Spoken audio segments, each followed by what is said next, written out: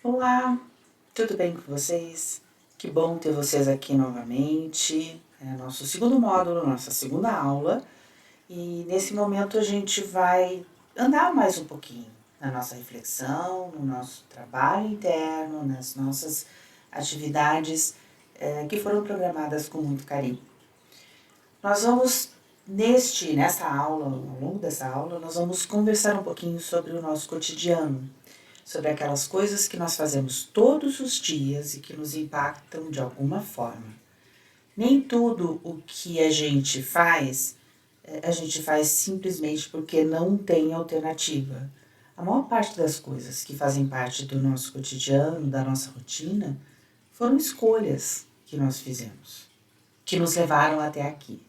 Essas escolhas, elas impactam, sim, nos nossos sentimentos, nas nossas emoções, mas elas são traduzidas de acordo com aquilo que nós já carregamos como certo, como errado, como é assim que tem que ser, ou, nossa, mudar dá muito trabalho. Sim, é verdade que dá trabalho, mas não quer dizer que não é possível. Né?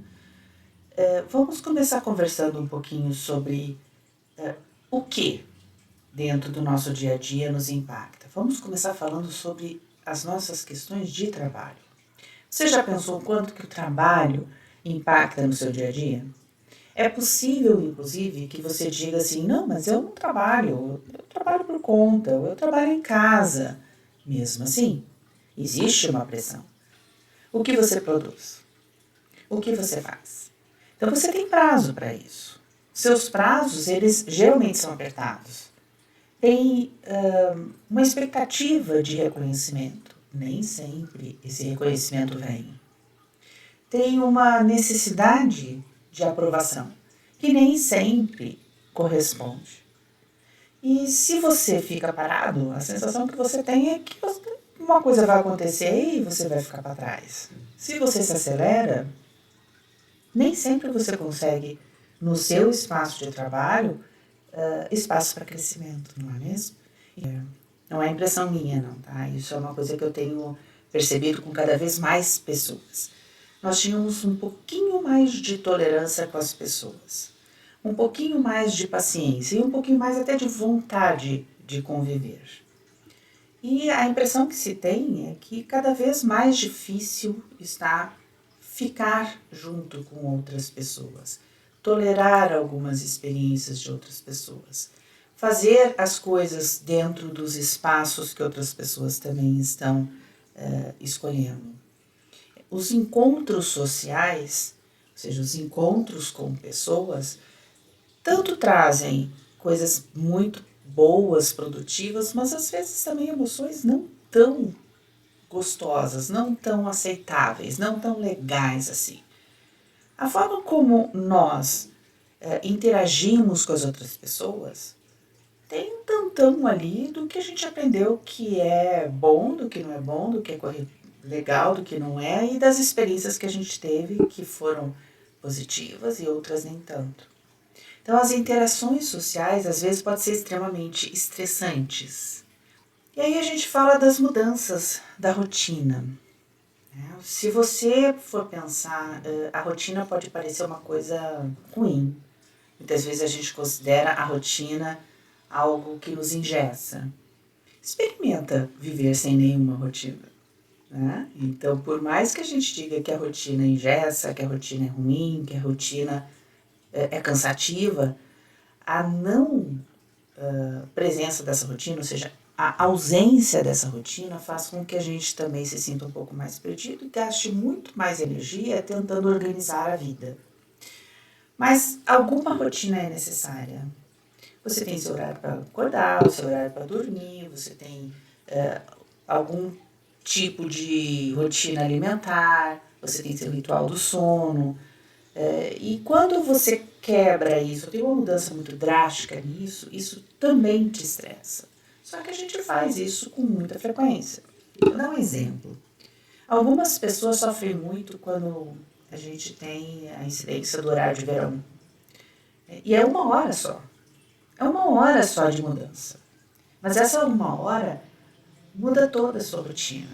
Existem eventos que você já está preparado, esperando que aconteça, mas tem aqueles que você nem imagina. Que acontecem, são os acasos da vida. O que você faz nesses eventos que são inesperados? Né? Pode ser positivo, negativo, não importa. Existe ali alguma coisa que você não está esperando, mas aconteceu na sua vida. Como faltou luz, eu não tinha nem como revisar o material que já estava feito. Né? Esse foi o evento inesperado. Gerou um certo estresse? Com certeza. E gerou toda uma mudança na minha rotina. Eu tive que mudar outras coisas que estavam agendadas para poder fazer quando a luz estivesse disponível. Né? Além disso, a gente tem os próprios conflitos pessoais. Quem não tem conflito? Né? E os conflitos pessoais a gente inclui os conflitos com outras pessoas, mas também os conflitos com a gente mesmo. Quantas coisas que nós temos que negociar internamente para que aquilo possa ter algum sentido e possa ter alguma possibilidade de realização.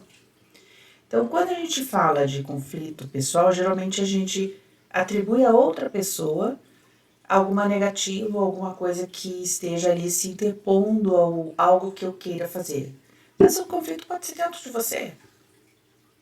Né? De você querer muito alguma coisa, mas você sabe que aquilo não vai ser legal para você. É um conflito intrapsíquico, como a gente chama. Entre aquilo que eu gostaria, o que eu desejaria, o que eu fantasio que seja legal, e aquilo que eu sei que vai me trazer uma consequência difícil. Além disso, tem aquilo que eu gostaria de fazer, mas o meu vizinho, por exemplo, não topa fazer.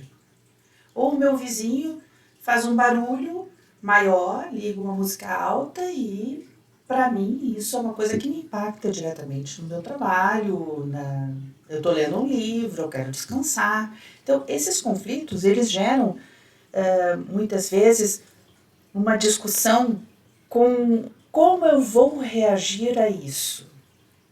Algumas pessoas reagem de forma muito agressiva, reagem de uma forma muito sofrida. Outras pessoas se fecham e simplesmente, não, eu não posso falar nada. E também não negocia. Para que você possa ter algum benefício, algum envolvimento, algum crescimento na sua vida, você vai precisar aprender a negociar. Tanto com as pessoas que convivem com você, seus familiares, seus amigos, mas também com você mesmo, com os seus próprios desejos que estão ali brigando por algum tipo de entendimento ou crescimento. É difícil pra caramba, né? Mas a gente tem que admitir que nem tudo aquilo que a gente quer vai ser aceito por outras pessoas. E nem tudo que o outro quer eu vou topar de uma forma bacana ou de uma forma cordata, tranquila. Às vezes vai me ferir e eu vou precisar dizer não. Então, essas coisas são as coisas do nosso dia a dia. Coisas que sim impactam muito nas nossas emoções. E aí vamos aproveitar esse momento para uma pequena reflexão. Uma pequena, não é algo muito grande não que eu vou propor para vocês. Eu só quero que vocês voltem lá naquele exercício de dar cores aos sentimentos que nós fizemos. Lembra que tinha que a gente estava pensando em que cor pode significar algum tipo de emoção nossa. E vocês vão pegar uma folha em branco, aí onde vocês estão, vocês não vão mostrar isso para ninguém, é uma coisa muito pessoal, e vocês vão desenhar, vocês vão escrever. Pode pegar lá o diário das emoções, você pode escolher uma daquelas emoções, ou você pode pensar em alguma coisa que aconteceu nesses últimos dias, ou aconteceu ontem ou hoje, alguma coisa que esteja fresquinho dentro de você. Pensa nisso, tá? Avalia. São coisas do seu dia a dia. A gente não está falando de nada muito extremado. Coisas que aconteceram no seu dia a dia. E aí, para um pouquinho e utiliza aquilo que você já aprendeu. Tira de dentro e transforma em algo. Então, escreve. O que aconteceu? Faz um desenho. Uma representação. Qualquer representação é melhor do que você ficar ali alimentando o seu pensamento a vida inteira. E a partir disso, utilize as cores que você acha que mais vão representar o que você está sentindo. Esse é um trabalho para você fazer quando você se sentir bem, tranquilo, ou quando você se sentir muito incomodado e você precisa pôr para fora aquela emoção. Tá bom? Combinado assim? Então, esse é um ponto, é um exercício. Tá? E aí agora a gente vai falar de uma outra coisa. Eu vou trazer algumas histórias que são compostas, né? Na verdade, as pessoas que eu trago aqui sempre é um retrato recortado de várias pessoas, mas a gente vai falar sobre histórias do dia a dia. Tá? Eu vou trazer 3 histórias que vai representar muito daquilo que nós somos e daquilo que nós vivemos e pensamos, tá? São histórias que estão relacionadas a questões do trabalho, e também com relação às interações sociais e também com relação a como mudar ou como lidar com mudanças inesperadas. Então, vamos começar pelos desafios no trabalho. Essa primeira história que eu vou trazer para vocês é a história, do Carlos. O Carlos era um profissional, né? E ele se dedicava demais ao trabalho dele. Para ele, tudo o que importava, tudo que realmente tinha mais importância ou mais efeito ou ocupava mais da vida dele, estava relacionado ao trabalho. E ele conseguiu muita coisa, ele conseguiu crescer, ele conseguiu ser promovido, ele conseguiu uma carreira financeiramente bem estabelecida, e só que era muito difícil ele conseguir equilibrar trabalho com vida pessoal. Ele era um jovem de 30 anos e que já tinha conseguido um cargo de gerência. Ele passava praticamente o dia inteiro lidando com isso. A namorada dele, que ele tinha uma namorada desde a infância, essa namorada dele, num determinado momento, começou a se queixar de falta de atenção, de falta de cuidado, e ela queria seguir, queria casar, queria ter filhos. Também tinha uma carreira, mas ela queria seguir uma vida pessoal. Seus amigos também começaram a chamar ele menos para os eventos. E a sua família, que ele morava com os pais ainda, e a sua família olhava para tudo aquilo e falava assim: ah, mas o meu filho ele é muito responsável. Então existe um estímulo para que essa pessoa continue nessa carreira super produtiva. Mas ele não estava feliz. E aí ele começou a pensar, né? E começou a se questionar com relação ao equilíbrio entre a vida pessoal e a vida profissional. Isso é muito próximo de cada um de nós, né? Porque cada vez que a gente dá um peso maior para um lado, a gente tem medo de se descuidar de outras partes. Isso aconteceu com o Carlos. Aí agora a gente vai falar então de outra situação, que é a Ana, que tinha dificuldade de comunicação. Algumas pessoas começaram a se queixar muito que as coisas que ela falava eram num tom ruim, ou ela falava de uma forma muito direta, até um pouco agressiva, e ela sempre falava assim: não, mas eu sou assim, você não sabe que eu sou assim? Não, eu sempre fui assim. Não, eu sou sincera, eu sou transparente. Na verdade, ela não sabia falar, né? Você pode falar o que você pensa, o que você quiser, você pode falar, você pode trazer todas as verdades do mundo.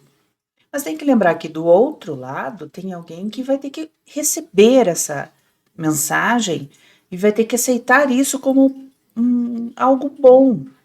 Vai ter que pelo menos pensar, vai ter que entender o que você quer dizer.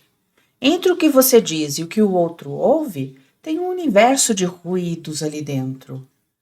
Tem o tom de voz que você usa e tem o tom de voz que a pessoa interpreta. Então, você pensar que do outro lado tem alguém que talvez não consiga receber a sua mensagem, o seu tom de voz, o jeito como você fala, de uma forma boa ou de pelo menos compreensível, isso faz com que você mude o jeito de falar. Você pode falar, deve falar, você não deve se calar. Mas como você fala? Como você faz uso disso?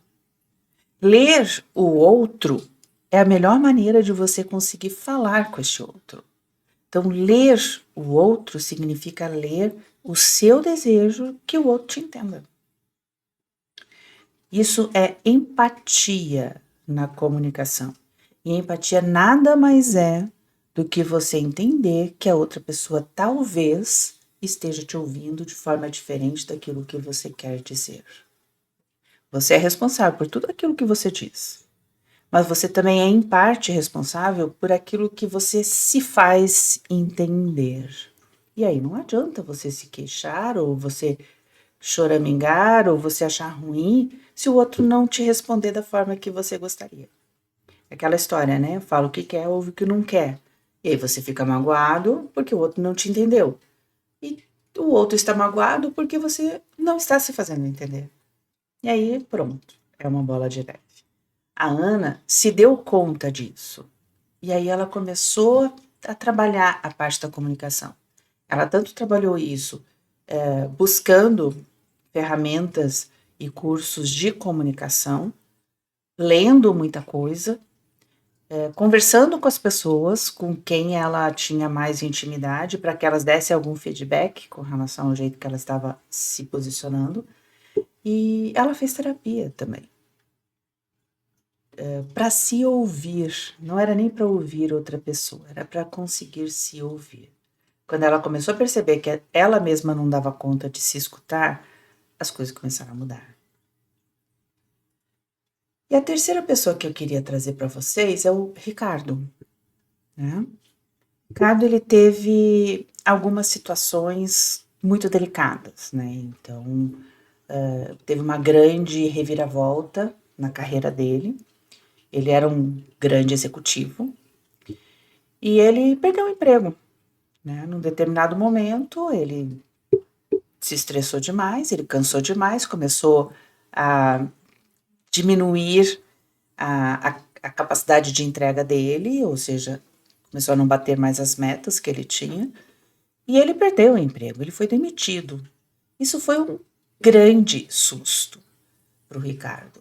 O Ricardo sofreu muito, o Ricardo ficou parado, ficou meio em choque, entrou em depressão, e a família, né, que estava acostumada com um certo patamar de vida, né? Então, se você ganha muito, você acaba também fazendo o seu orçamento em cima daquele muito que você ganha. E de repente não tinha mais entrada praticamente nenhuma.